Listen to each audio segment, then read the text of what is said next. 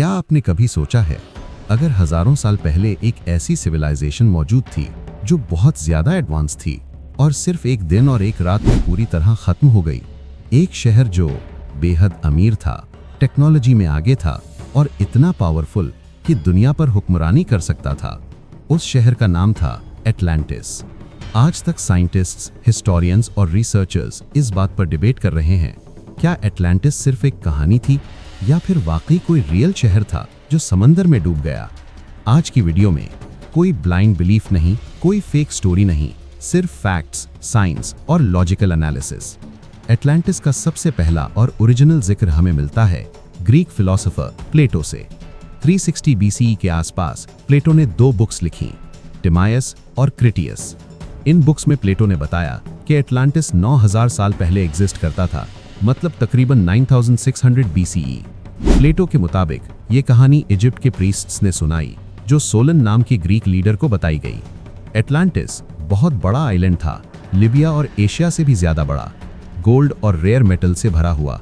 लेकिन फिर एक भयानक अर्थक्वेक और फ्लड आया और एक ही दिन और एक रात में एटलांटिस समंदर में डूब गया। यहाँ पर लॉजिकल सोच जरूरी है। प्लेटो अक्सर सिंबॉलिक स्टोरीज लिखता था ताकि मॉरल लेसन समझा सके।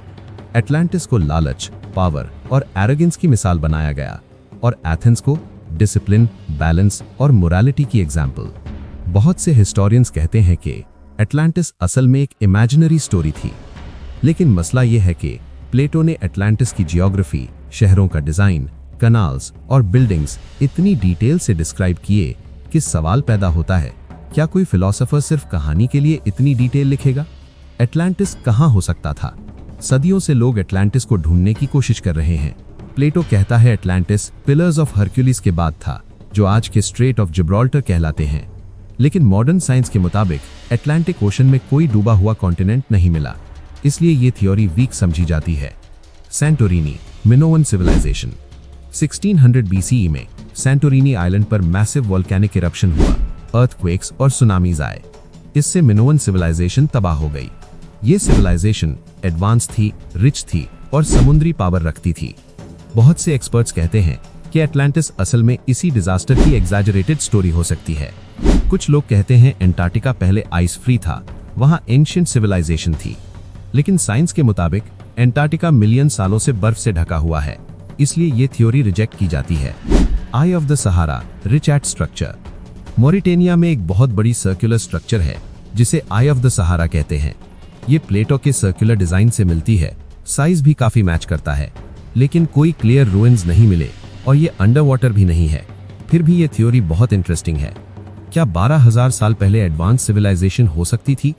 पहले माना जाता था ह्यूमन सिर्फ हंटर गैदरर्स थे, लेकिन फिर डिस्कवरी हुई। Gobekli Tepe, Turkey.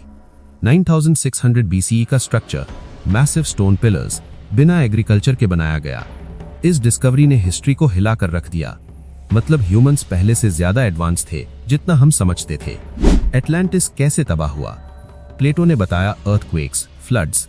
साइंस के मुताबिक आइस एज के बाद सी लेवल बहुत तेज बढ़ा, कोस्टल शहर डूब गए।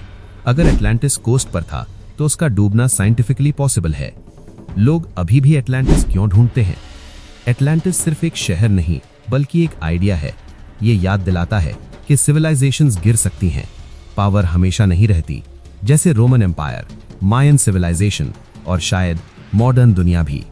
एटलांटिस प्रूफ के बगैर कंफर्म नहीं होता, लेकिन कंप्लीटली डिनाई भी नहीं किया जा सकता। सच ये है, हमें नहीं पता। एटलांटिस अभी तक एक मिस्ट्री है, एक वार्निंग है और एक अनआंसर्ड क्वेश्चन। अगर एटलांटिस वाकई एग्जिस्ट करता था तो उसका सबसे बड़ा लेसन ये है कि कोई भी सिविलाइजेशन परमानेंट नहीं होती। आज हम एडवांस्ड हैं, कल हम हिस्ट्री हो सकते हैं। अगर वीडियो पसंद आए, लाइक करें, शेयर करें, सब्सक्राइब जरूर करें। मिलते हैं नेक्स्ट वीडियो में।